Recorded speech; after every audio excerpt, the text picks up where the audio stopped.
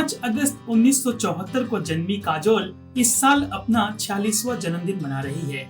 उन्होंने अपनी पहली फिल्म बेखुदी महज 16 साल की उम्र में साइन की थी और तब से लेकर उनकी हालिया रिलीज फिल्म तानाजी तक उन्होंने अपनी सशक्त अभिनय से सभी दर्शकों का दिल जीता है।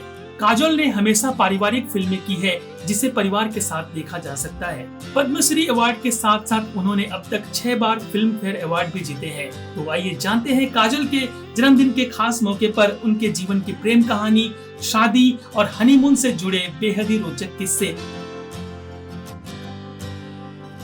काजोल और अजय देवगन की लव स्टोरी। आमतौर पर प्रेम संबंध में कोई लड़का किसी लड़की को प्रपोज करता है, लेकिन यहाँ काजोल ने अजय देवगन को प्रपोज किया था। अजय और काजोल की पहली बार मुलाकात फिल्म हलचल के सेट पर हुई थी।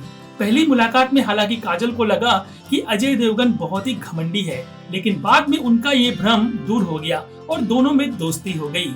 बताया जाता है कि काजोल अपने बॉयफ्रेंड से जुड़ी हर सलाह अजय देवगन से लिया करती थी।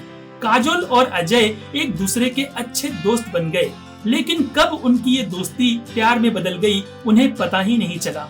दिलचस्प बात तो ये है, इन दोनों लव बर्ड्स को इस बात का एहसास था कि ये दोनों एक दूसरे के साथ ही रहना चाहते हैं। काजोल और अजय देवगन ने बिना किसी देरी के 24 फरवरी 1999 को शादी कर ली थी।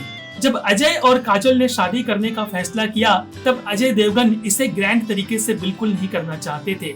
इसीलिए वो अपने बेडरूम से तैयार होकर अपने घर की छत पर गए, जहां पर शादी की सारी रस्में निभाई गई और उन्होंने घर की छत पर काजोल के साथ 7 फेरे लिए और वापस अपने कमरे में आ गए। जी हाँ, इतनी सिंपल थी इन दोनों की शादी। नेहा धूपिया के शो #NoFilterNeha में काजोल ने कहा कि कोई नहीं चाहता था कि मैं और अजय शादी करें।